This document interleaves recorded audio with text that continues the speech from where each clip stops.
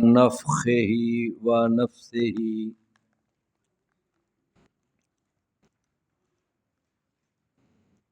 یہ جب سارے الفاظ مکمل ہو جائیں گے تو پھر انشاءاللہ ان کا ٹیسٹ بھی ہونا ہے، یہ بھی ذہن میں رکھنا، ٹھیک ہے؟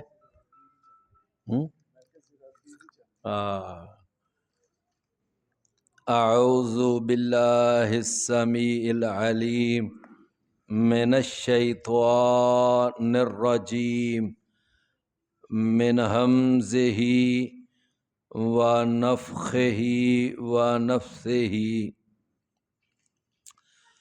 احشر الذین ظلموا وازواجہم وما كانوا يعبدون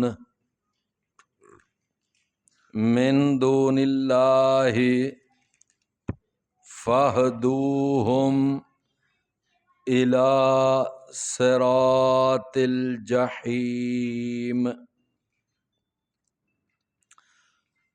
وقفوہم انہم مسئولون۔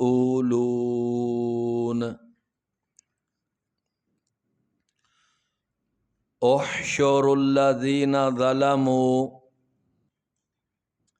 اکٹھا کرو تم ان لوگوں کو جنہوں نے ظلم کیا،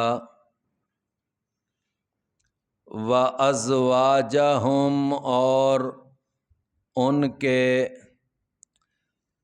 ہم نواؤں کو بھی، وازواجہم، اور ان کے ہم نواؤں کو بھی، وما كانوا يعبدون، اور ان کو بھی جن کی وہ عبادت کیا کرتے تھے، من دون اللہ، اللہ تعالی کے سوا، من دون اللہ، یعنی وہ جو اگلی آیت کے الفاظ ہیں ان کا اصل میں تعلق پچھلی آیت کے ساتھ ہے، تو پورا جملہ کیسے بنے گا؟ وَمَا كَانُوا يَعْبُدُونَ مِن دُونِ اللَّهِ۔ اللہ تعالیٰ قیامت والے دن اپنے فرشتوں کو یہ حکم جاری کرے گا کہ تم ان لوگوں کو آج اکٹھا کرو، وہ جہاں جہاں بھی بکھرے ہوئے ہیں تو ان کو ایک جگہ پر یکجا کر دو، اکٹھا کر دو، کہ کن لوگوں کو؟ کہ جو ظلم جنہوں نے کیا، ظالموا، جنہوں نے ظلم کیا۔ تو ظلم کرنے والوں سے مراد کون ہیں بھلا؟ کافر اور مشرک، کافر اور مشرک، یہ مراد ہیں۔ اس کی وجہ یہ ہے کہ آگے ہی دیکھیں آیت میں الفاظ آ رہے ہیں کہ وَمَا كَانُوا يَعْبُدُونَ مِن دُونِ اللَّهِ، اور ان کو بھی جن کی وہ اللہ کے سوا عبادت کیا کرتے تھے۔ تو جو مسلمان ہے وہ تو اللہ کے سوا کسی کی عبادت نہیں نہ کرتا، اور پھر مسلمان ہو اور موحد ہو، ایک موحد مسلمان وہ اللہ کے سوا کسی کی عبادت نہیں کرتا۔ ہاں، کافر جو ہے وہ اللہ کے سوا دوسروں کی عبادت کرتا ہے، اور جو مشرک مسلمان ہے وہ بھی اللہ کے سوا دوسروں کی عبادت کرتا ہے، لیکن جو موحد مسلمان ہے وہ اللہ کے سوا کسی کی عبادت نہیں کرتا۔ تو پھر یہاں ظالموا سے کون مراد ہیں؟ کافر اور مشرک لوگ مراد ہیں۔ فرمایا اللہ تعالیٰ حکم دے گا کہ تم اکٹھا کرو ان لوگوں کو کہ جو دنیا میں کفر کیا کرتے تھے اور وہ شرک کیا کرتے تھے، تو ان کافروں اور ان مشرکوں کو تم آج اکٹھا کرو، ایک جگہ ان کو جمع کرو۔ فرمایا وَأَزْوَاجَهُمْ، اور ان کے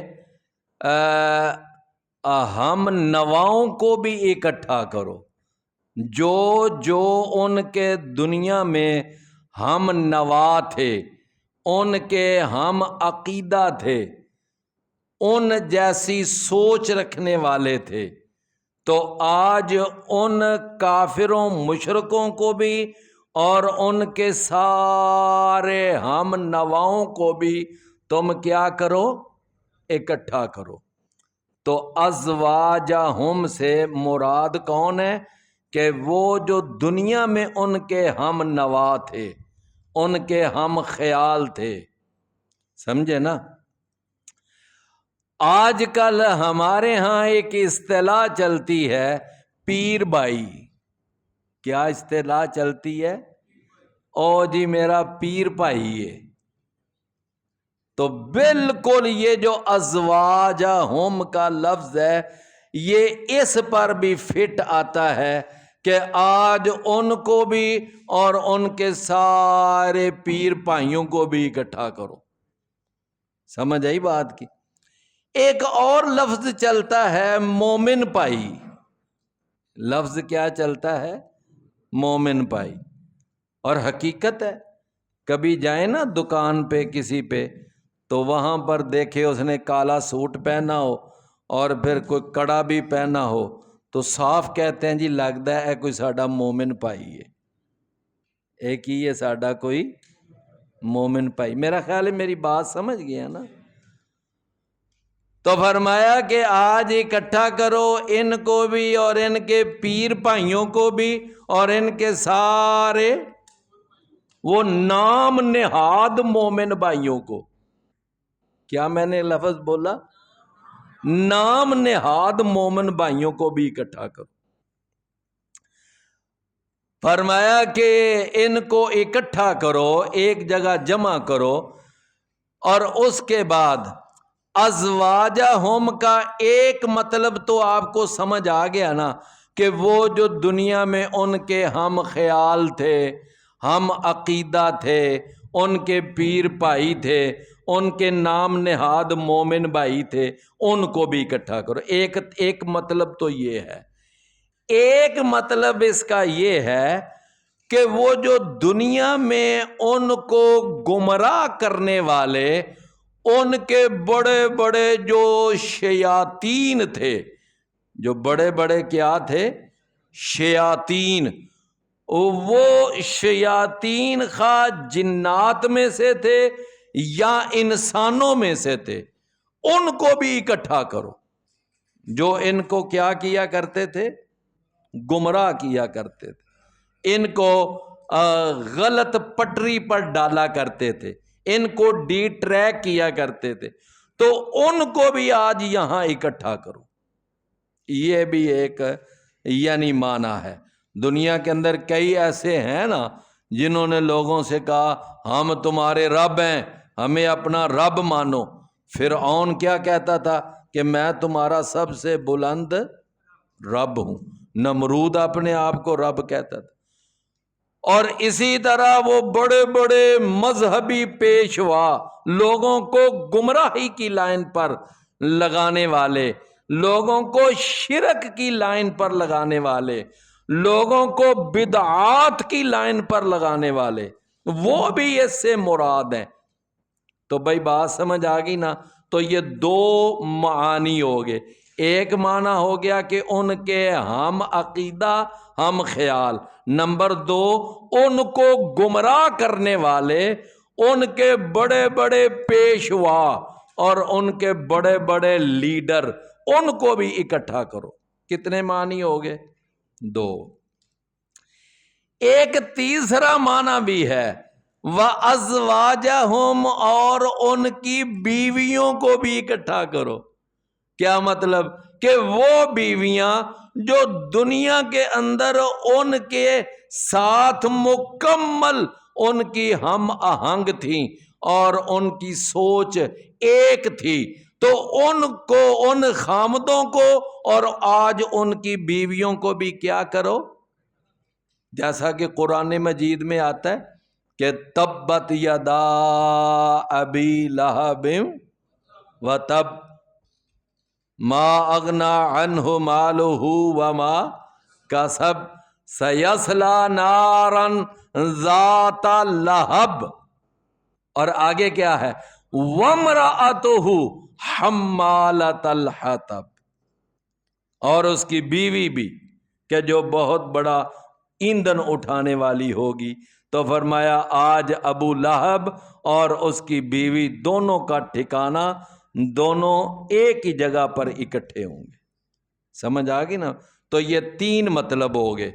ایک معنی کیا ہے کہ تم ان کو، کافروں اور مشرکوں کو اکٹھا کرو اور ان کے ہم خیال لوگوں کو بھی اکٹھا کرو۔ نمبر دو، کافروں اور مشرکوں کو بھی اکٹھا کرو اور ان کے بڑے بڑے مذہبی پیشواؤں اور ان کو گمراہ کرنے والوں کو بھی اکٹھا کرو۔ تیسرا معنی، ان گمراہ کافروں مشرکوں کو بھی اکٹھا کرو اور ساتھ ان کی گمراہ بیویوں کو بھی اکٹھا کرو۔ بھئی بات سمجھ آ گئی نا؟ یہ تین معانی ہیں اور یہ تینوں ہی یاد رکھنے ہیں، اور یہ تینوں معانی تفسیروں کے اندر بیان ہوئے ہیں۔ فرمایا وَمَا كَانُوا يَعْبُدُونَ مِن دُونِ اللَّهِ، اور ان کو بھی آج اکٹھا کرو جن کی یہ اللہ کے سوا عبادت کیا کرتے تھے۔ اللہ اکبر! یعنی یہ مشرک، یہ کافر، ان کو بھی اور ان کے معبودوں کو بھی اکٹھا کرو۔ اب وہ جو معبود تھے، معبود وہ کئی طرح کے تھے۔ مثلا ایک معبود ہے جو ان کے بت تھے، ان کی مورتیاں تھیں۔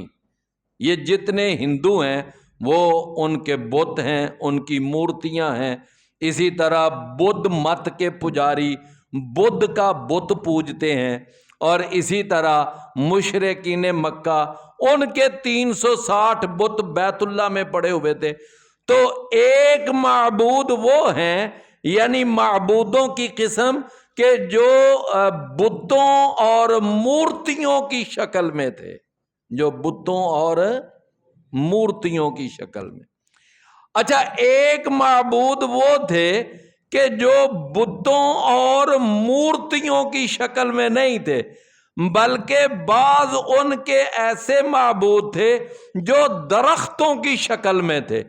درختوں کو بھی انہوں نے اپنا معبود پکڑا ہوا تھا، جیسا کہ حدیث میں آتا ہے کہ رسول اللہ صلی اللہ علیہ وسلم ایک دفعہ ذات انوات، ایک درخت تھا، جب اس کے پاس سے گزرے تو نئے نئے جو ابھی کلمہ پڑھنے والے تھے تو انہوں نے کہا اللہ کے نبی آپ ہمارے لیے بھی کوئی ذات انوات مقرر کر دیں، جیسا کہ ہم جب مشرک تھے تو ہم اس ذات انوات درخت کے پاس سے جب گزرتے تھے تو ہم یہاں تلواریں لٹکایا کرتے تھے کہ ہمیں یہ جب آگے جائیں گے تو فتح ملے گی۔ یہ جو درخت تھا نا ذات انوات، یہ ہمارا مشکل کشا تھا، یہ ہمارا معبود تھا، یہ ہمارا حاجت روا تھا، اور اس سے ہم فتح مانگا کرتے تھے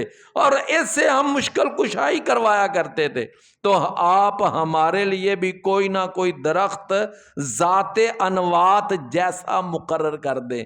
رسول اللہ صلی اللہ علیہ وسلم نے فرمایا تم نے تو وہی بات کہی کہ جس طرح موسیٰ علیہ السلام سے ان کے امتیوں نے کہا تھا اجعل لنا آلہۃ کما لہم آلہہ، کہ اے موسیٰ ہمارے بھی کوئی معبود بنا دے جس طرح ان کے مشرکوں کے معبود ہیں۔ رسول اللہ صلی اللہ علیہ وسلم نے فرمایا تم نے بھی تو وہی بات کہی جو انہوں نے کہی تھی۔ تو معبود ایک ہے جس کو بتوں اور مورتیوں کی شکل میں ہوتے ہیں، اور ایک معبود ہے جو کس شکل میں ہوتے ہیں؟ درختوں کی شکل میں، اور کچھ معبود ہوتے ہیں جانوروں کی شکل میں۔ کس کی شکل میں؟ ہندو جو ہے وہ گائے کا پجاری ہے کہ نہیں، اور اسی طرح وہ ہنومان کو پوجتا ہے نا۔ ہنومان، یہ ہنومان کیا ہے؟ بندر، وہ اس کو بھی پوجتا ہے۔ تو گائے ان کا معبود، ہنومان ان کا معبود۔ اور اسی طرح بعض آج کلمہ پڑھنے والے وہ گھوڑے کی عبادت کرتے ہیں، گھوڑے کو پوجتے ہیں اور گھوڑے سے مدد مانگتے ہیں، گھوڑے سے اولاد مانگتے ہیں۔ کیا مانگتے ہیں کہ نہیں مانگتے؟ تو گھوڑا ان کا معبود۔ ہاں، تو میرے بھائیوں یہ معبودوں کی مختلف شکلیں ہیں۔ وہ معبود بتوں اور مورتیوں کی شکل میں ہو، وہ معبود درختوں کی شکل میں ہو، وہ معبود جانوروں کی شکل میں ہو۔ کئی ایسے مشرک تھے کہ وہ سورج، چاند اور ستاروں کی عبادت کرتے تھے کہ نہیں کرتے؟ وہ ملکہ سبا، جو سبا کی ملکہ تھی، وہ اور اس کی ساری قوم کس کی عبادت کرتی تھی؟ ہاں جی، سورج کی عبادت کرتی تھی۔ تو گویا کہ بعض مشرکوں کا معبود بت ہے، بعض مشرکوں کا معبود درخت، بعض مشرکوں کا معبود جانور، اور بعض مشرکوں کا معبود کیا ہے؟ سورج، چاند اور ستارے۔ اچھا، بعض مشرکوں کے معبود کون ہیں بھلا؟ نبی اور ولی۔ بعض مشرکوں کے معبود کون ہیں؟ نبی، اور بعض نبیوں کو پوجنے والے اور ولیوں کو پوجنے والے، نبیوں اور ولیوں کی عبادت کرنے والے۔ آپ ذرا دیکھیں، قرآن بیان کرتا ہے کہ قیامت کا دن ہوگا اور اللہ عیسیٰ علیہ السلام سے کہیں گے کہ اے عیسیٰ، تو نے ان کو کہا تھا کہ مجھے اور میری ماں کو تم اپنا معبود بنا لو، تو نے یہ کہا تھا؟ تو جناب عیسیٰ علیہ السلام کہیں گے کہ یا اللہ، اگر میں نے کہا تھا تو پھر بھی جانتا ہے، نہیں کہا تھا تو پھر بھی جانتا ہے، یا اللہ تو ہر چیز جاننے والا ہے۔ مطلب کیا؟ کہ تو جانتا ہے کہ میں نے ان کو نہیں کہا تھا کہ مجھے اپنا معبود بناؤ، ان بدبختوں نے اپنے طور پر ہی مجھے اپنا معبود بنا لیا تھا، مجھے اپنا۔ اور یہی وجہ ہے کہ آج عیسائی جو ہے وہ یسوع مسیح کا نام لے کر دوائی کھاتا ہے، یسوع مسیح کا نام لے کر سفر شروع کرے گا، یسوع مسیح کے نام سے اپنے کام کا آغاز کرے گا۔ ان کا معبود ہی جناب عیسیٰ علیہ السلام ہے، جس کو وہ عیسیٰ علیہ السلام کہنے کی بجائے یسوع مسیح کہتے ہیں۔ تو یہ ان کا معبود ہے۔ اللہ کا بیٹا بھی قرار دیا، اللہ بھی قرار دیا، تین خداؤں میں سے ایک خدا بھی قرار دیا۔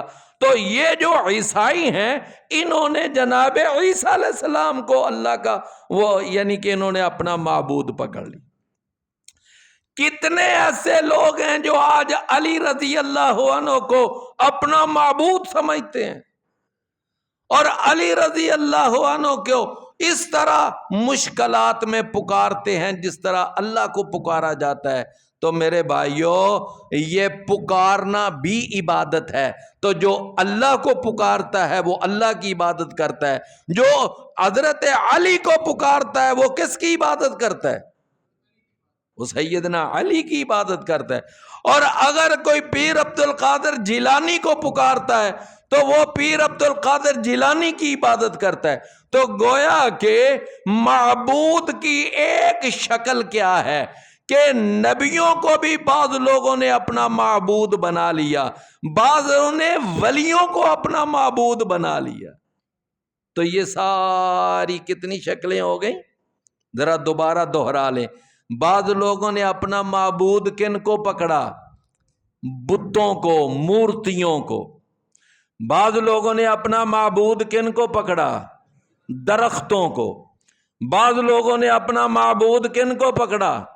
جانوروں کو۔ بعض لوگوں نے اپنا معبود کن کو پکڑا؟ سورج، چاند اور ستاروں کو۔ اور بعض لوگوں نے اپنا معبود کن کو پکڑا؟ نبیوں اور ولیوں کو۔ بات سمجھ آ گئی نا؟ اب ذرا آیت پڑھیں۔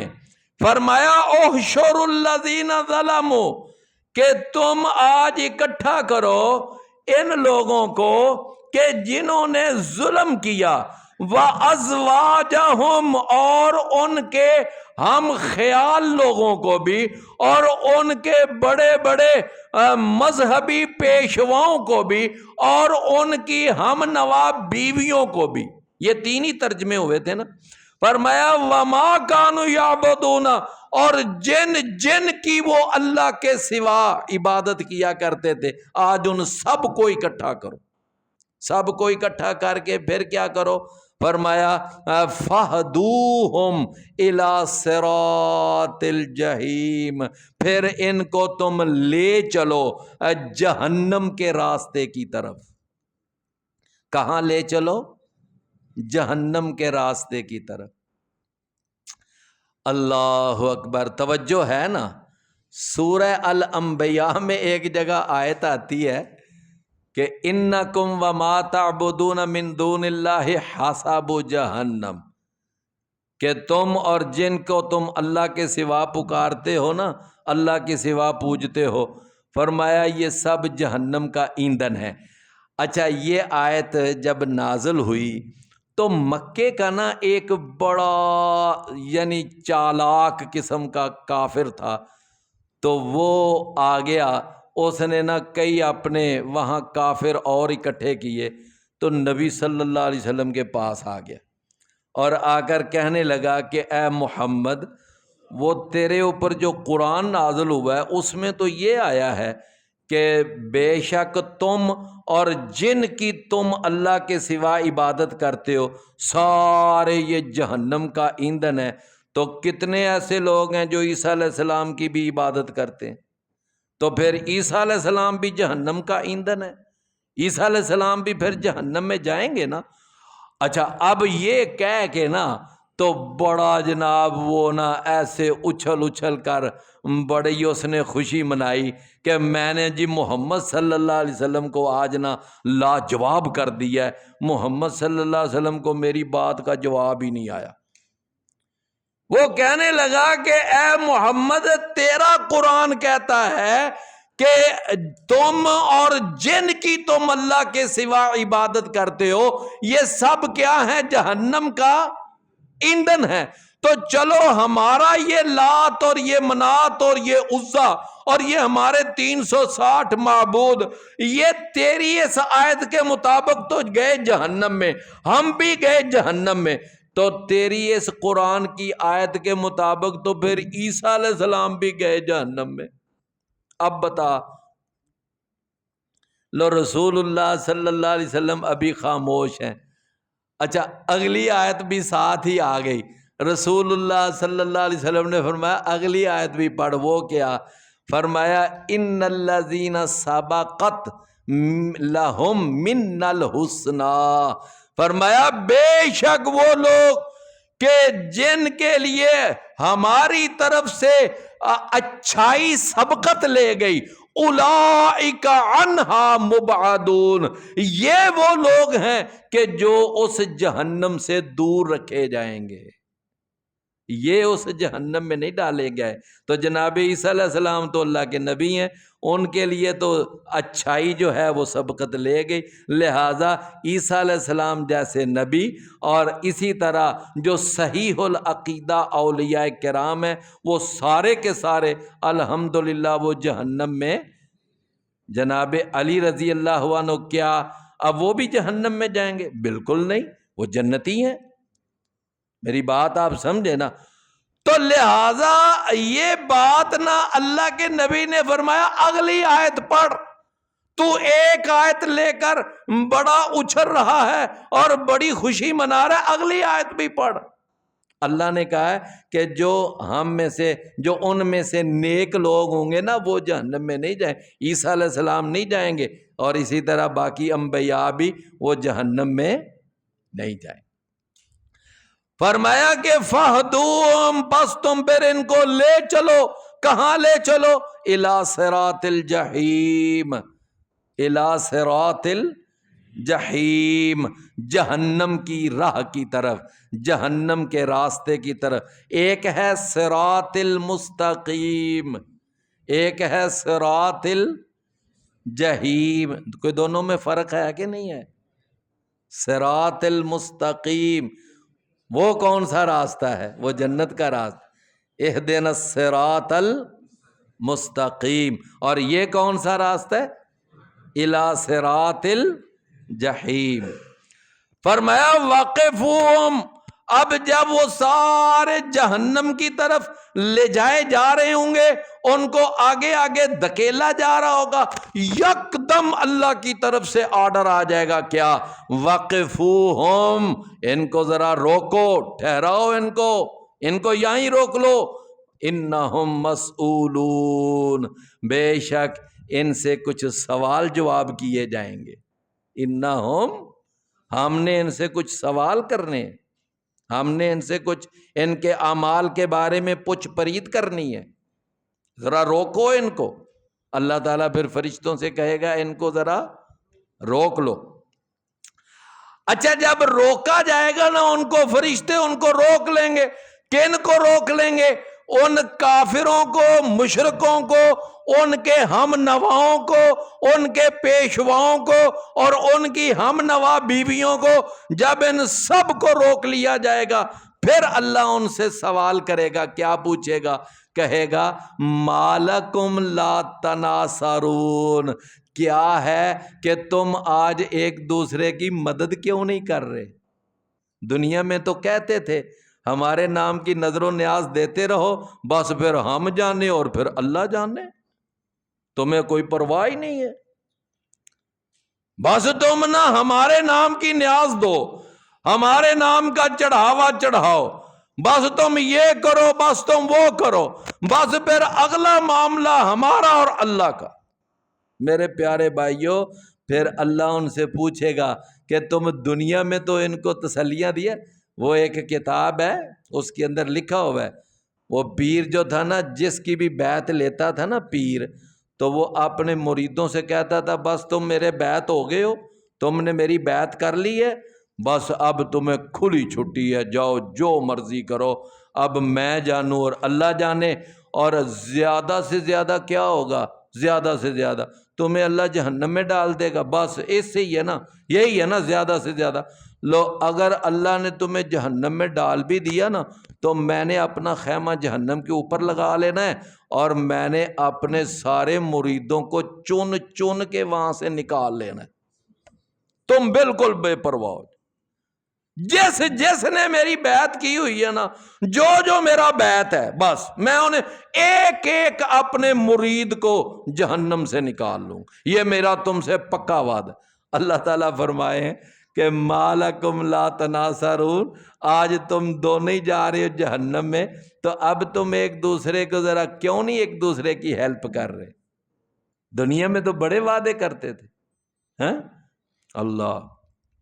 ایک میں نے وہ سنا، وہ کہہ رہا تھا بس جو علی کا ماننے والا ہے نا، اللہ نے فرشتوں سے کہنا ہے بس اس کے اعمال نامے میں ایک بات چیک کر لو، یہ علی کا ماننے والا ہے، یہ علی کا ملنگ ہے، بس دیٹس آل، آگے کوئی چیز چیک کرنے کی ضرورت نہیں، بس اس کو جنت کا ٹکٹ دے دو، بس جنت کا دے دو ٹکٹ اس کو۔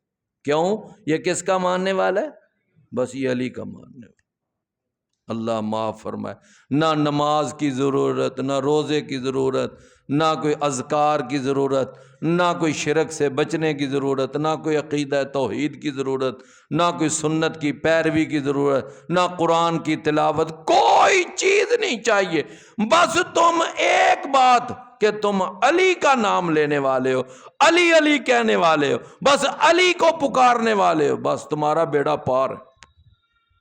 اللہ معاف فرمائے، جب یہ صورتحال ہوگی تو اب وہاں پر کیا بنے گا؟ وہاں قیامت والے تو اللہ کیا فرماتا ہے؟ مالکم لا، تم آج ایک دوسرے کی کیوں نہیں مدد کر رہے؟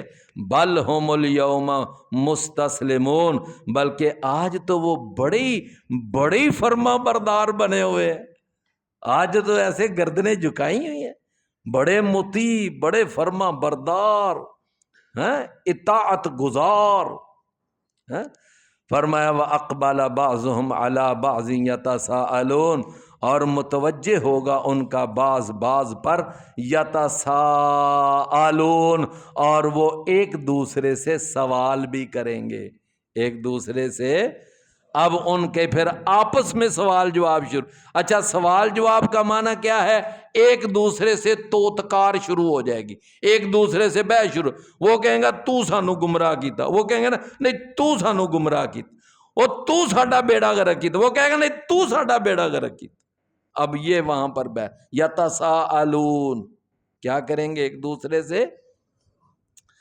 قالوا انکم، وہ کہیں گے بے شک تم، کنتم، تھے تم، تأتوننا، ہمارے پاس آیا کرتے تھے، عن الیمین، ہمارے پاس آیا کرتے تھے یمین سے۔ کس سے آیا کرتے تھے؟ عربی زبان میں یمین کے 3 معانی ہیں۔ کتنے معانی؟ ایک، یمین کا معنی ہوتا ہے قسم۔ کیا معنی ہوتا ہے؟ قسم۔ یمین کا ایک معنی کیا ہے؟ قسم۔ تو اس کا معنی اگر قسم ہو تو اس کا معنی یہ ہے کہ وہ کہیں گے گمراہ ہونے والے ان کو، جو گمراہ کرنے والے تھے ان کو کہیں گے کہ جب تم دنیا میں تھے نا تو تم قسمیں اٹھا کر ہمیں تسلیاں دیتے تھے کہ اللہ کی قسم ہم تمہیں صحیح راستہ بتا رہے ہیں، اللہ کی قسم ہم تمہیں صحیح گائیڈ کر رہے ہیں، اور اللہ کی قسم ہم ذمہ دار ہیں۔ بس تم اس وقت تو بڑی قسمیں اٹھاتے، بات بات پہ قسم اٹھاتے تھے۔ تو یمین کا کیا معنی ہے؟ ایک معنی یعنی تم قسمیں اٹھا کر ہمیں کیا کرتے تھے؟ اچھا، جناب آدم علیہ السلام کو شیطان نے گمراہ کیا تھا تو کیسے کیا تھا؟ قرآن کہتا ہے وَقَاسَمَهُمَا أَنِّي لَكُمَا مِنَ النَّاصِحِينَ، اس نے قسم اٹھا کے کہا تھا کہ میں قسم اٹھا کے کہتا ہوں کہ میں تمہارا خیر خواہ ہوں۔ بات سمجھ آئی نا؟ تو ایک معنی یمین کا کیا ہے؟ قسم۔ دوسرا، یمین کا معنی ہوتا ہے دایاں ہاتھ۔ کیا معنی ہوتا ہے؟ دایاں ہاتھ۔ تو دایاں ہاتھ جب بولا جائے نا تو عرب میں مراد ہوتا ہے اس سے قوت اور طاقت، کیونکہ دائیں ہاتھ میں بائیں ہاتھ کی بنسبت طاقت اور قوت کیا ہوتی ہے؟ زیادہ ہوتی ہے۔ ایسا ہی ہے نا؟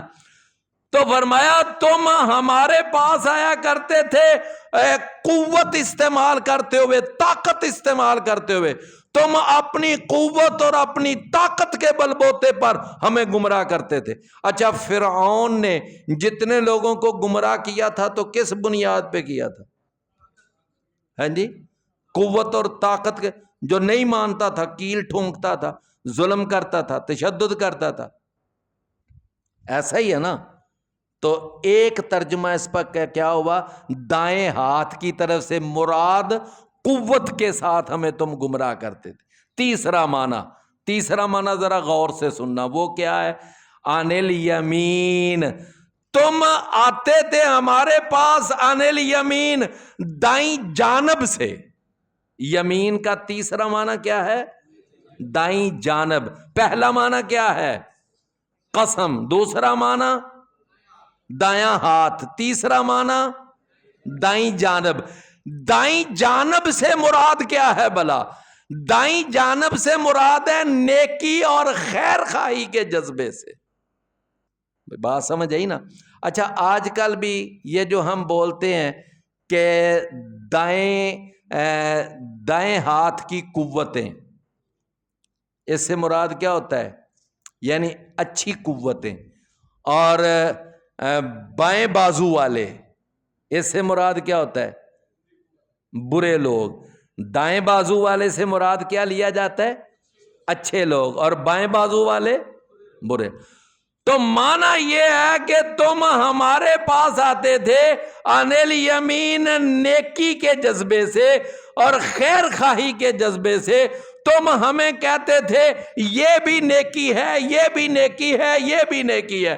اور نیکی نیکی کہہ کر تم نے ہمیں بدعات پہ لگا دیا، ہمیں خرافات پہ لگا دیا، عقیدت کے نام پہ ہم سے شرک کرواتے رہے.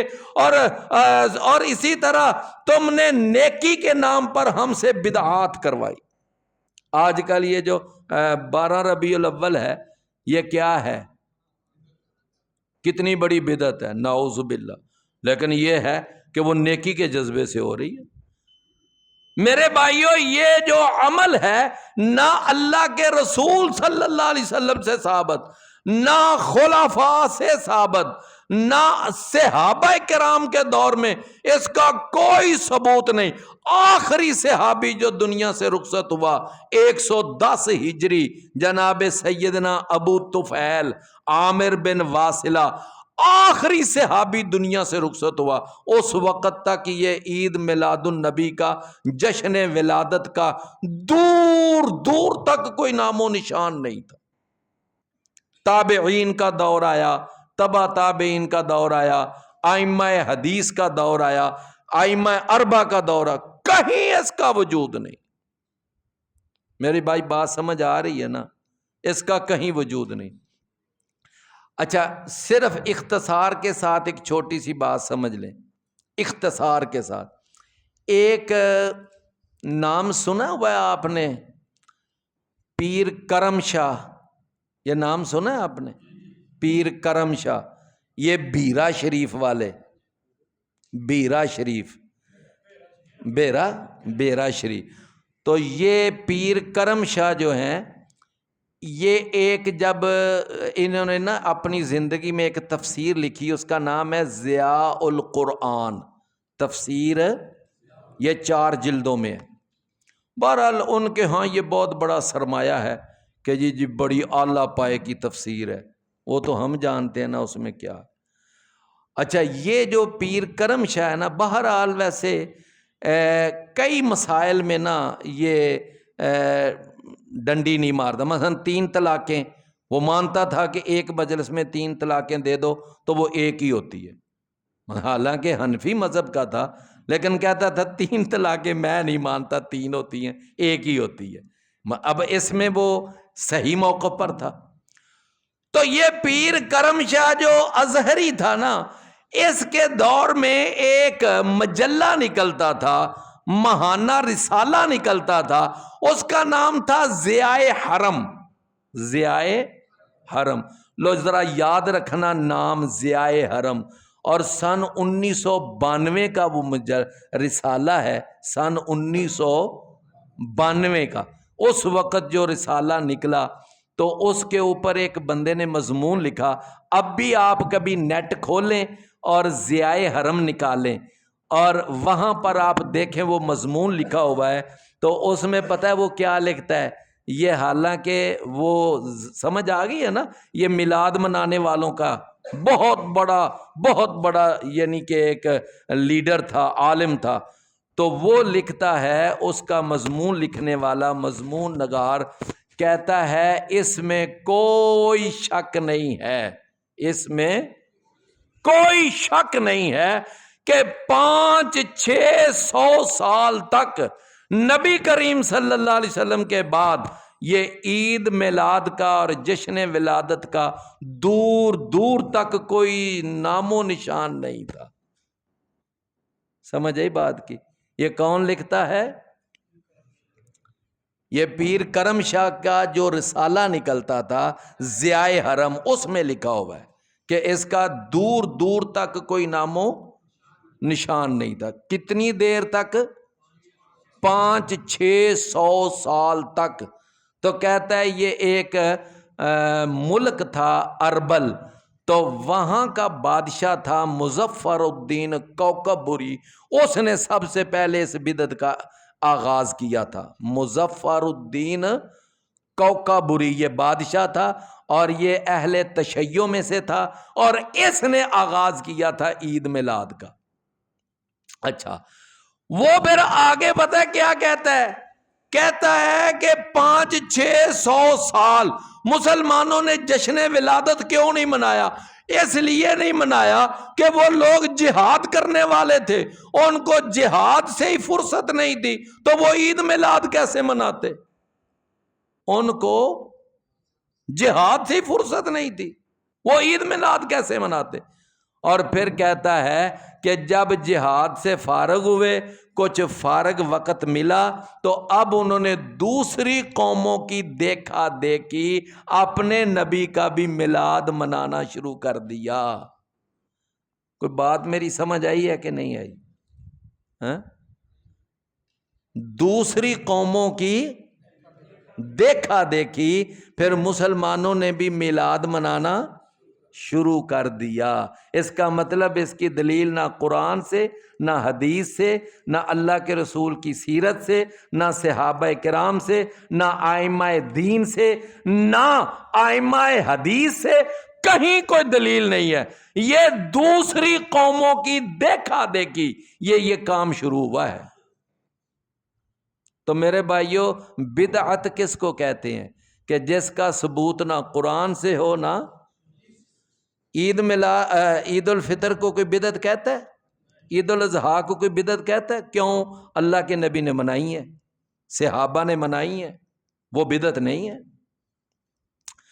تو فرمایا کہ انکم لتأتوننا انکم کنتم تأتوننا عن الیمین، تم ہمارے پاس آیا کرتے تھے عن الیمین، پہلا ترجمہ قسمیں اٹھا کر، عن الیمین دوسرا ترجمہ دائیں ہاتھ سے یعنی قوت کے ساتھ، اور عن الیمین تیسرا ترجمہ نیکی کا جھانسا دے کر. عن الیمین کا معنی، تیسرا معنی کیا ہے؟ نیکی کا جھانسا دے کر. قالو، وہ کہیں گے بل لم تکونوا مؤمنین، بلکہ تم ہی ایمان والے نہیں تھے. وما کان لنا علیکم من سلطان، ہمارے لیے تمہارے اوپر کوئی زبردستی نہیں تھی. بل کنتم قوما طاغین، یہ جو بڑے بڑے پیشوا ہیں نا، وہ کہیں گے ان کو جو ان کے پیروکار تھے، بلکہ تم قومی سرکشوں کی تھی. فحق علینا قول ربنا، تو پھر حق ثابت ہوا ہمارے اوپر ہمارے رب کا وہ کہنا. کون سا کہنا؟ لَأَمْلَأَنَّ جَهَنَّمَ مِنَ الْجِنَّةِ وَالنَّاسِ، آج اللہ ہم سے بھی اور تم سے بھی جہنم کو بھرے گا. اِنَّا لَذَائِقُونَ، بے شک ہم یقیناً چکھنے والے ہیں. فَأَغْوَيْنَاكُمْ، پس ہم نے تم کو اغوا کیا، گمراہ کیا. اِنَّا كُنَّا غَاوِينَ، کیوں ہم نے تمہیں گمراہ کیا؟ کیونکہ ہم خود گمراہ تھے. کیونکہ ہم خود گمراہ تھے تو ہم نے تم کو بھی کیا کرنا تھا؟ گمراہی کرنا تھا. فرمایا فَإِنَّهُمْ يَوْمَئِذٍ فِي الْعَذَابِ مُشْتَرِكُونَ، پس بے شک وہ آج کے دن عذاب میں سارے شریک ہیں. جیسے گمراہی میں دنیا میں شریک تھے اور آج اسی طرح عذاب میں بھی شریک ہیں.